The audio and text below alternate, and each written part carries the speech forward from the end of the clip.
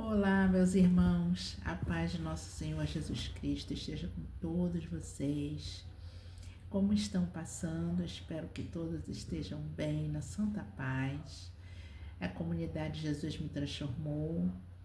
Todos sejam muito bem-vindos. Hoje na comunidade nós somos cerca de mais de 5.000 pessoas. Eu fico muito feliz porque é um trabalho missionário onde nós levamos o ensinamento, né, a palavra de Deus a todas as pessoas, as famílias que precisam, que querem aprender mais sobre a palavra do Senhor, sobre a Bíblia Sagrada, né?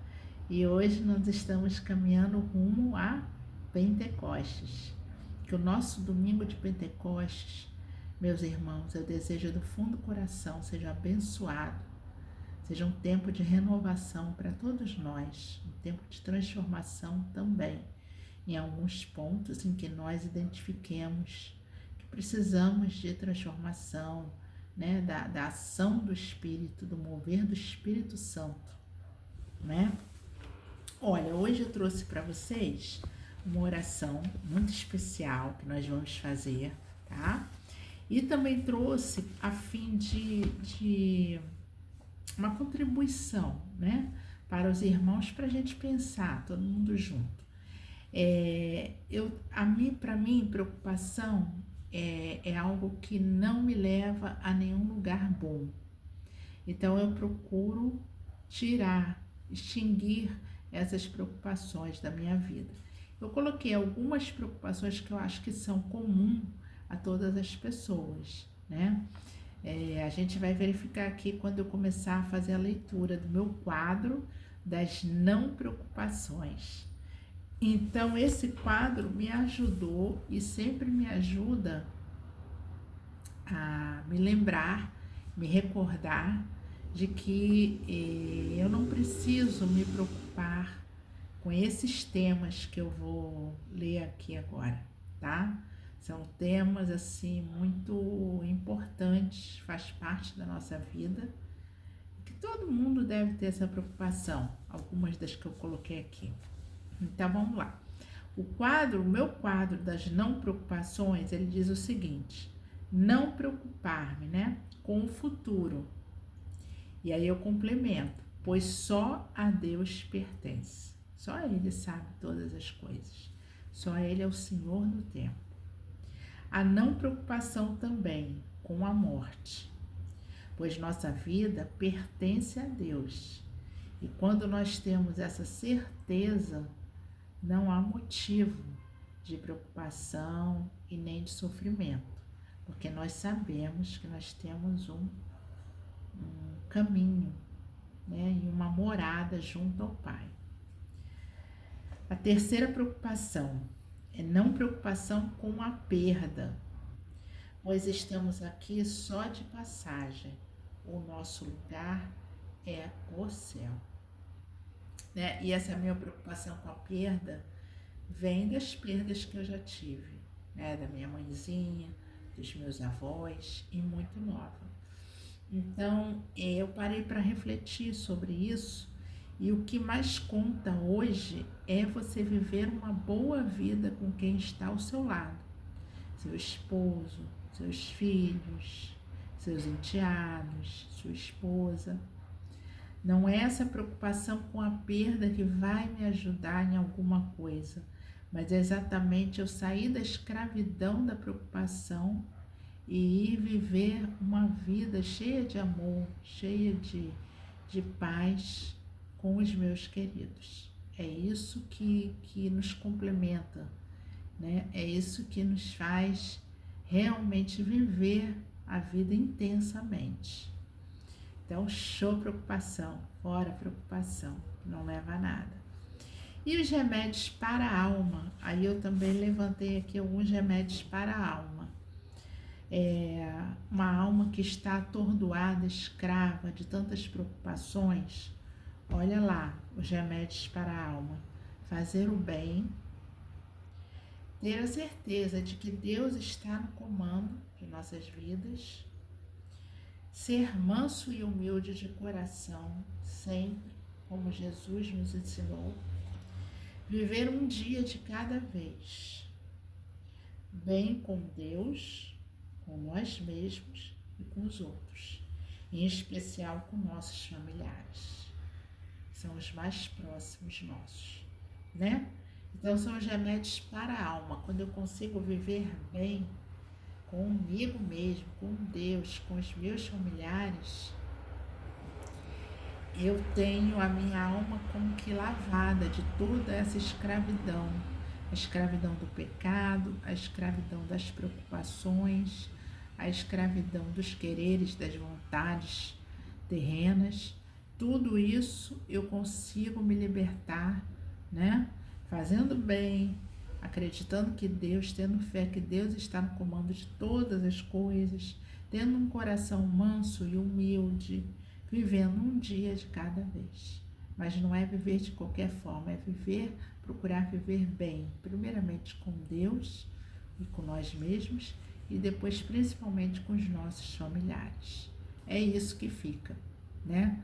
Dessa vida que é passageira, é isso que fica. Todos os momentos felizes que nós tivemos ao lado, por exemplo, eu, ao lado de minha mãezinha, quando eu conversava, eu me lembro desses momentos, né, que nós conversávamos muito, trocávamos ideias, e ela me dava conselhos, me dava orientações de vida, e é isso que conta, não é outra coisa, não é o dinheiro, não é ter posse, não é a vida de luxo. O que conta verdadeiramente é uma coisa muito simples, é você parar e dar uma atenção ao seu familiar, é você conversar, é você pedir orientação. Isso é muito simples, não custa dinheiro, não custa nada, né? Então esse é o meu quadro das não preocupações. Eu fiz esse quadro porque eu estava exatamente preocupada com esses 3 pontos: o futuro, a morte e a perda. E aí eu repensei essas minhas preocupações, né? E procuro exercitar esses remédios para a alma.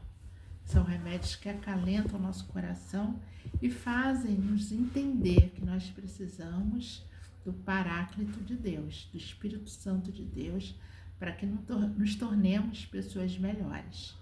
Por nossas próprias forças, nós não vamos muito longe, porque não é por mérito que Jesus nos salvou.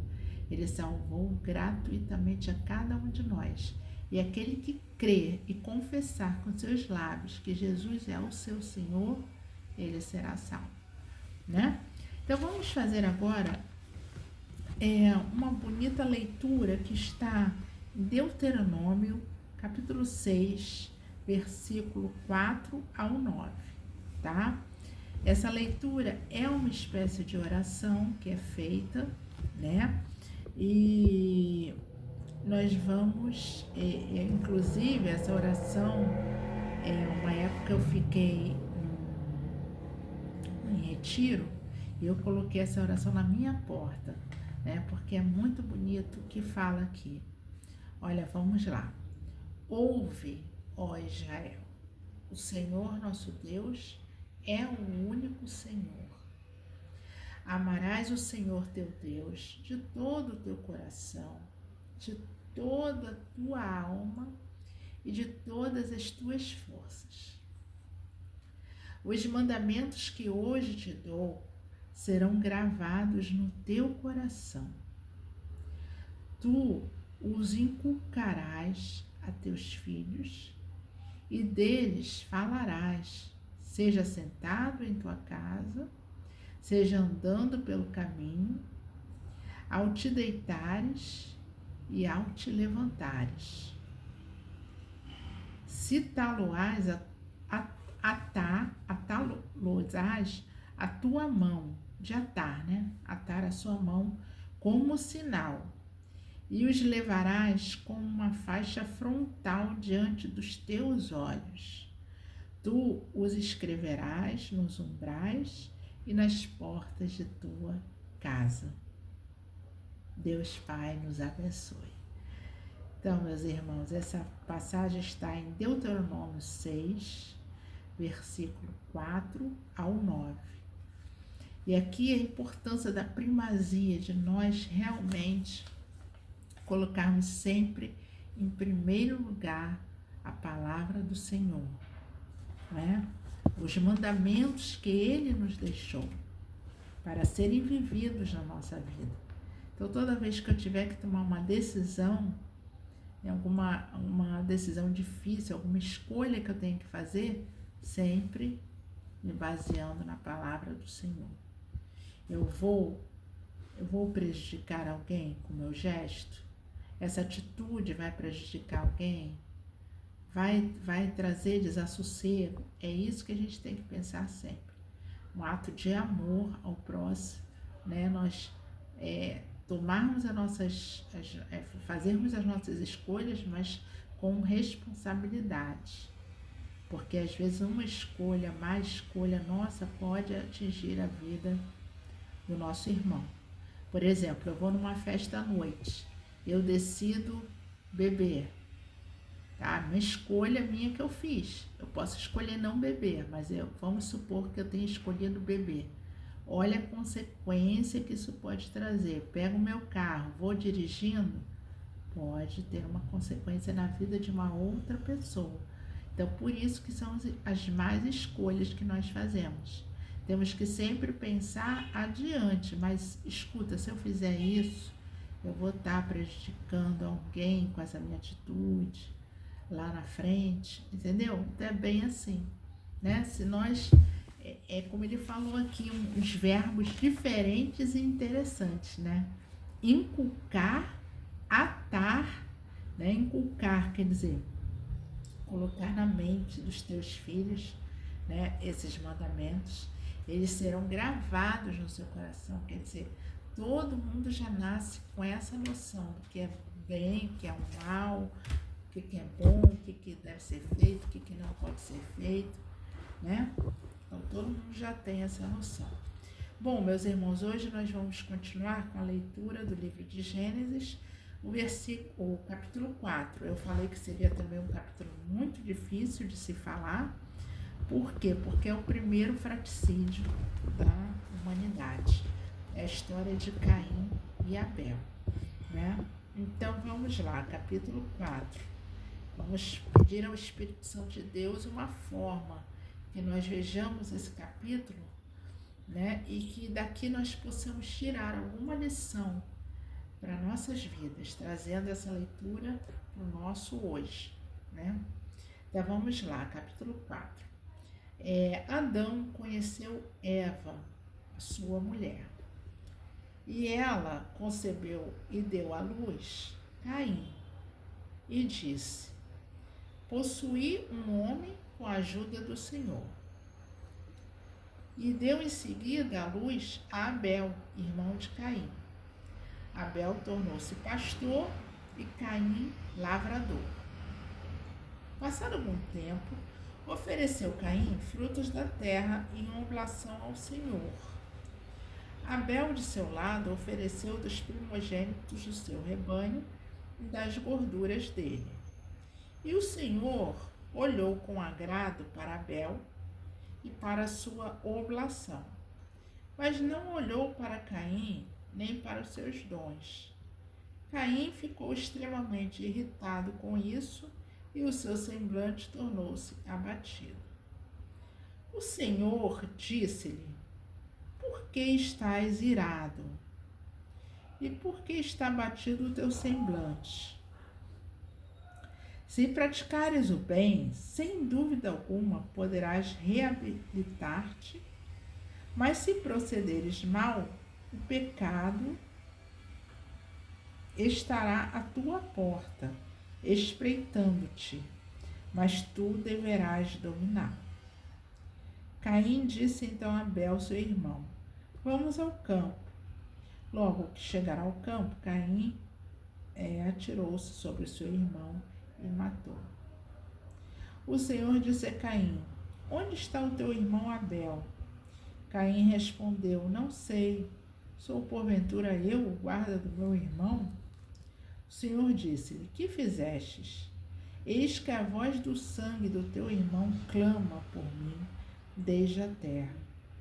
De hora em diante serás maldito e expulso da terra, que abriu sua boca para beber de tua mão o sangue do teu irmão. Quando a cultivares, ela te negará os seus frutos, e tu serás peregrino e errante sobre a terra. Caim disse ao Senhor: meu castigo é grande demais para que eu o possa suportar. Eis que me expulsais agora deste lugar, e eu devo ocultar-me longe de vossa face, tornando-me um peregrino errante sobre a terra. O primeiro que me encontrar, matar-me-á. E o Senhor respondeu: não, mas aquele que matar Caim será punido 7 vezes. O Senhor pôs em Caim um sinal para que, se alguém o encontrasse, não o matasse. Caim retirou-se da presença do Senhor e foi habitar na região de Nod, ao oriente do Éden. Caim conheceu sua mulher, ela concebeu e deu à luz a Enoque, e construiu uma cidade, a qual pôs o nome do seu filho Enoque. Enoque gerou Irade, Irade gerou Maviel, Maviel gerou Marunael, Matusael gerou... Matusael gerou Lameque. Lameque tomou 2 mulheres, uma chamada Ada e outra Sela. Ada deu à luz a Jabel, que foi o pai daqueles que moram em tendas entre os rebanhos. O nome do seu irmão era Jubal, que foi o pai de todos aqueles que tocam cítara e os instrumentos de sopro. Sela, de seu lado, deu à luz a Tubal-Caim, o pai de todos aqueles que trabalham o cobre e o ferro. A irmã de Tubal-Caim era Noema. Lameque disse às suas mulheres, Ada e Sela: ouvi a minha voz. Mulheres de Lameque, escutai as minhas palavras. Por uma ferida matei um homem e por uma contusão um menino. Se Caim será vingado 7 vezes, Lameque o será 77 vezes. Adão conheceu outra vez sua mulher, e esta deu à luz a um filho, ao qual pôs o nome de Sete, dizendo: Deus deu-me uma posteridade para substituir Abel, que Caim matou. Sete teve também um filho que chamou Enós, e o nome do Senhor começou a ser invocado a partir de então. Então, meus irmãos, eu falei que essa é uma leitura aqui muito difícil, né, de Gênesis 4. Muito difícil mesmo. Agora, aqui eu destaco aqui e partilho com vocês o versículo 7, né, onde Deus fala com Caim. Né? Deus sempre fala com todos nós. Basta que a gente escute, né, e que a gente siga as orientações, os preceitos divinos. O que não foi o caso aqui. Então Deus alertou Caim: olha, se praticares o bem, sem dúvida alguma, não existe dúvida, porque no bem não existe dúvida, tu poderás reabilitar-te, né? Sem dúvida alguma, poderás reabilitar-te. Mas se procederes mal, então tem um mais, né? Mas se procederes mal, o pecado estará à tua porta, espreitando-te. Perdão. Mas tu deverás dominá-lo. Então vejam só, a gente é chamado exatamente a um autodomínio, né? Às vezes acontece, nós somos seres humanos, acontece alguma coisa que nos tira assim do eixo do caminho do bem. E aí, a gente vai fazer o mal por conta disso? Não, né? O que a gente vai fazer? A gente vai parar, ouvir a voz do Senhor que me diz, né? Que me diz o quê? Que eu tenho que fazer uma escolha, a escolha do bem, né? E aí a gente consegue se reabilitar com Deus, com os outros, com nós mesmos. Nós temos que dominar, né? Do autodomínio, quer dizer, às vezes uma situação te causa o quê? Raiva, medo, angústia, Você pega todos esses sentimentos e você vai questionar, né? O dominar aqui não é no sentido de você reprimir. Você vai questionar, mas o porquê dessa angústia, o porquê desse medo, o porquê dessa raiva. E aí você começa ao autoconhecimento das questões que estão ali te permeando, te incomodando a alma, né? Então, isso é muito importante que o nosso Senhor falou com Caim. Só que Caim não deu, né? Não deu trela, não deu vez a essa palavra tão importante.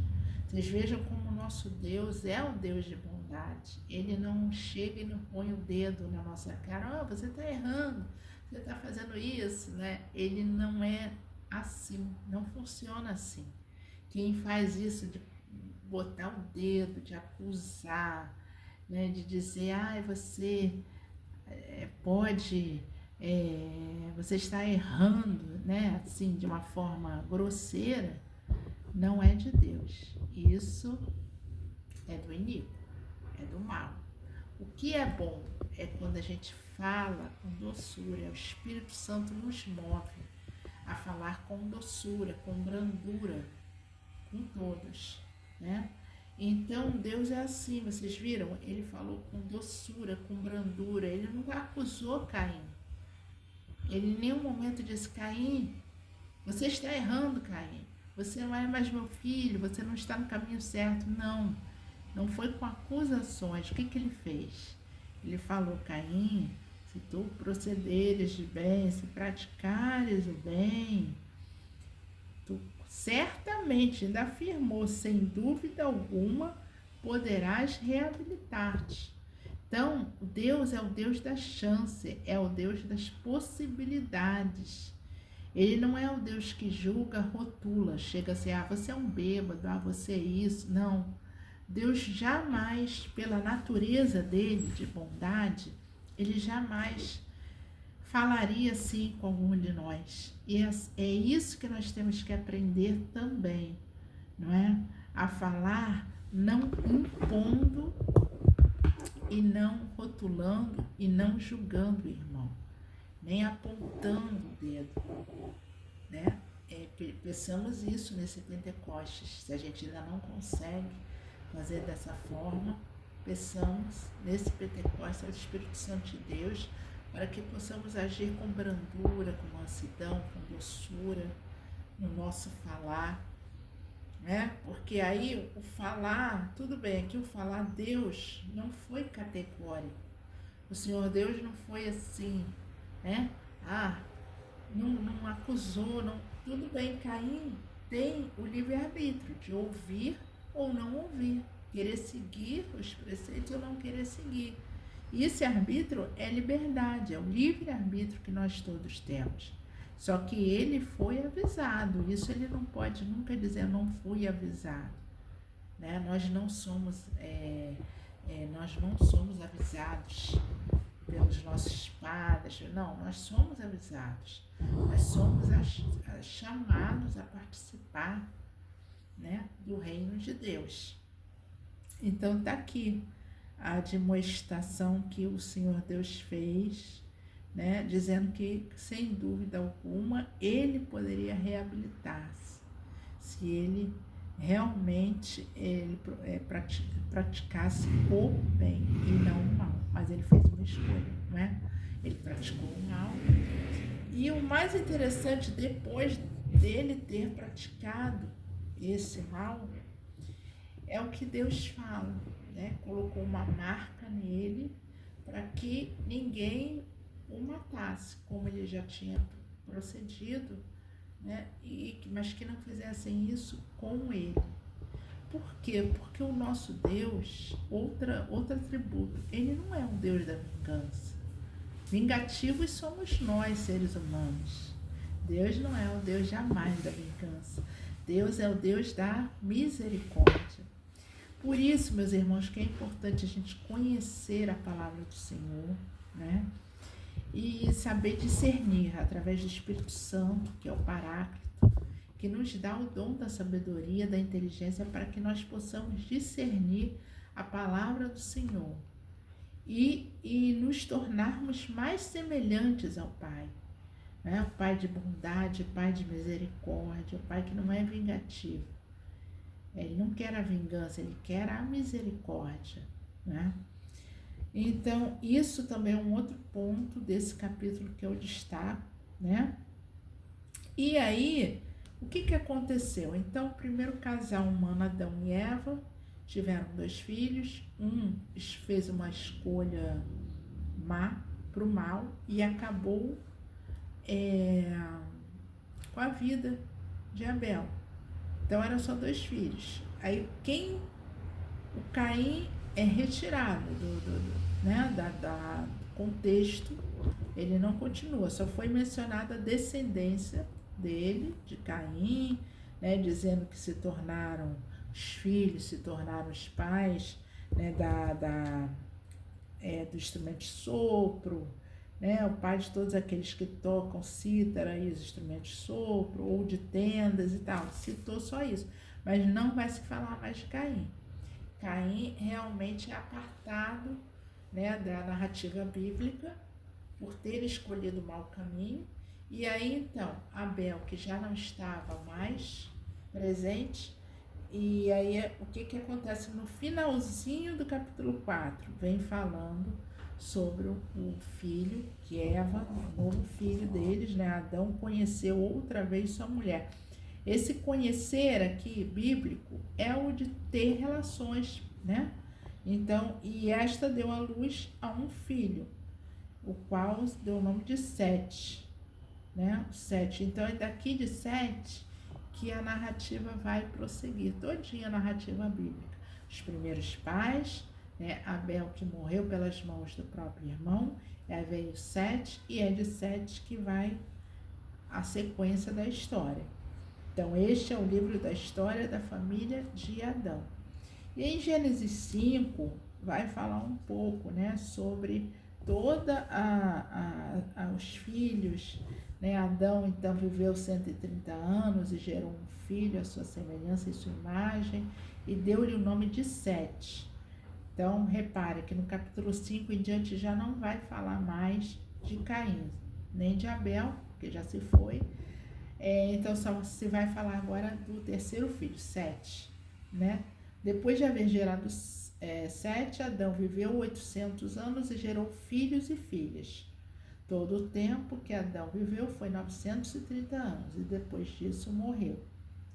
Aí vai falar sobre o Sete, a vida de Sete, e aí vai falando sobre todos os filhos, os netos, bisnetos, né? Todos até chegar a Noé, que aí a sequência da história vai se dar em Noé, tá? Então, Lameque viveu 182 anos e gerou um filho, a qual pôs o nome de Noé. Isso no capítulo 5, 28, dizendo: Este nos trará em nossas fadigas e no duro labor de nossas mãos um alívio tirado da terra, mesmo que o Senhor amaldiçoou. Após o nascimento de Noé, Lameque viveu ainda 595 anos e gerou filhos e filhas. A duração total da vida de Lameque foi de 777 anos e morreu. Com a idade de 500 anos, Noé gerou, e aí começamos a falar de Noé, da Arca de Noé, né, de toda a aliança que Deus fez com Noé. É bem interessante. Noé teve 3 filhos, gerou Sem, Cã e Jafé. E aí a narrativa prossegue, tá? Aqui tem um destaque, eu não sei se é nesse capítulo. A gente sempre lê a narrativa de um personagem bíblico, né? Dando sequência a Adão, depois veio Sete, aí Sete veio o Enós veio Caimã, aí Malael, depois Jared, depois Enoque. Então, aí aqui em Enoque viveu 65 anos e gerou Matusalém.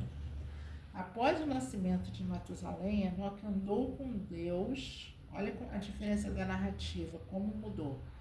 Enoque andou com Deus durante 300 anos e gerou filhos e filhas.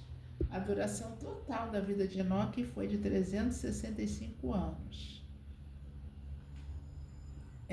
Enoque andou com Deus e desapareceu porque Deus o levou.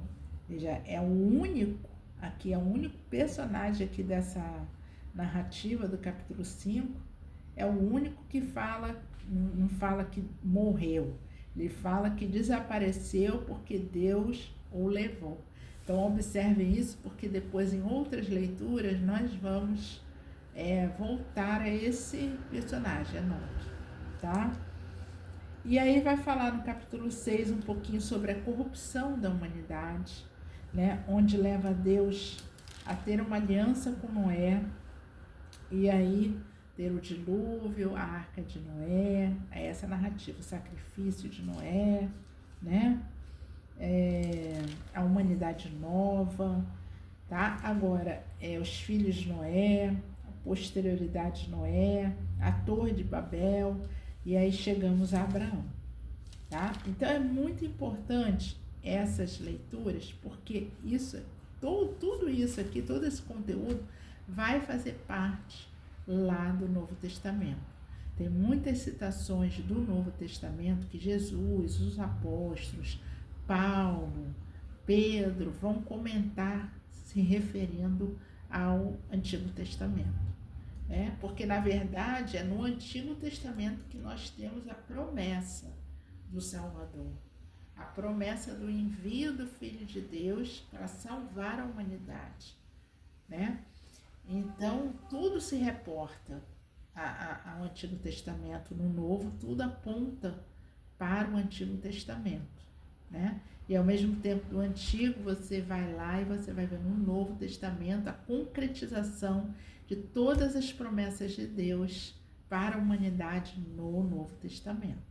Então isso é bem interessante, é um estudo que enriquece a nossa fé, né? E nós precisamos mais do que nunca, porque nós estamos muito envolvidos com muita coisa assim, nos cercando, que não é de Deus, né?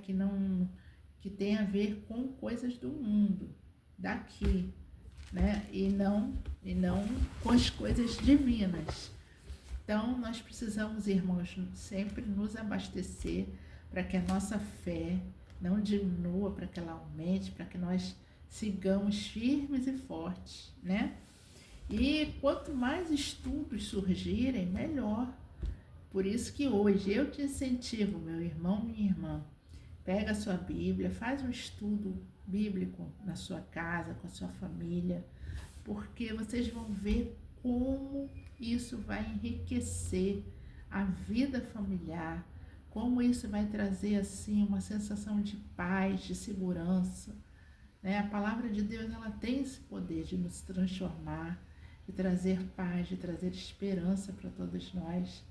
Então te incentivo hoje, comece o seu estudo em sua casa, participe também dos cursos, se a sua igreja promove cursos, cursos bíblicos, né, para aprender mais sobre os livros do Antigo Testamento, do Novo Testamento. Enriqueça a sua vida, ocupe o seu tempo com leituras edificantes, né, leituras de livros. Eu já mostrei 2 livros aqui que eu tenho, estou lendo, estudando, né? Eu não sei se ele está por aqui agora, mas é importante orações que vocês também possam fazer, e principalmente, né? Aqui, ó, Madre Teresa não sai da minha mesa, né? Viver com alegria esse evangelho, né? Viver com muito destemor e muita alegria. Para quem não viu o último vídeo, Madre Teresa fala: estou mais decidida do que nunca a espalhar a alegria, onde quer que eu vá. Então é isso, o Evangelho de Nosso Senhor Jesus Cristo é o Evangelho da alegria, né? E com isso, meus irmãos, fechamos o livro de Gênesis no que diz respeito quatro primeiros capítulos. Os 3 primeiros capítulos são muito importantes. O quarto foi a história de Caim e Abel, né?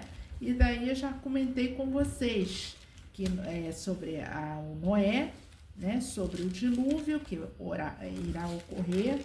E aí nós vamos estudar na próxima vez agora Abraão, um dos nossos pais da fé. Precisamos conhecer Abraão, tá bom? Um homem corajoso, um homem de fé, um homem que largou a sua terra natal, que deixou tudo para trás e foi começar uma nova vida aonde Deus o levou, orientou aí, né? E eu garanto que vai ser um estudo bem bacana também, tá bom? Então, meus irmãos, show preocupação, vamos deixar tudo nas mãos de Deus, colocar tudo em oração, para que a gente possa permanecer, né, com o coração cheio de amor, cheio de fé e cheio de esperança, tá bom? Fiquem na santa paz do Senhor, que Deus os abençoe com muita saúde, com muita paz e até a próxima.